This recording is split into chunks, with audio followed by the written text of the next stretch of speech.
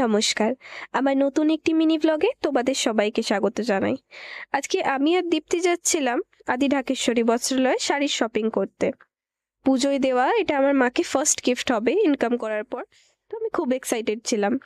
College স্ট্রিটে আদি মোহিনীমোহন কাঞ্জিলালের পিছনেই পড়ছে আদি ঢাকেশ্বরী বস্ত্রালয়। তো আমরা সিম্পলি দোকানের ভেতর ঢুকলাম। সেকেন্ড ফ্লোরে আছে দোকানটা, ঠিক আছে? তো শাড়ির কালেকশন কিন্তু আমার বেশ ভালো লেগেছে। তোমরা যেরকম রেঞ্জে চাও সেরকম রেঞ্জ ওনাদেরকে গিয়ে বললেই ওনারা হিউজ কালেকশন বার করে দেবেন। এখানে সব রকম কালেকশনই তোমরা পেয়ে যাবে। সিল্কের শাড়ি বলো, সুতির শাড়ি বলো, এবং যা যা নতুন শাড়ি উঠেছে হ্যান্ডলুম থেকে শুরু করে সব কিছু তোমরা পেয়ে যাবে। তো তারপর আমরা আদি ঢাকেশ্বরী বস্ত্রালয়ের সামনে একটা চায়ের দোকান ছিল, তো ওখানে আমরা একটু চা এনজয় করে নিলাম। তারপর মেট্রো উঠে চলে গেলাম রুমে। তো চলো নেক্সট ব্লগে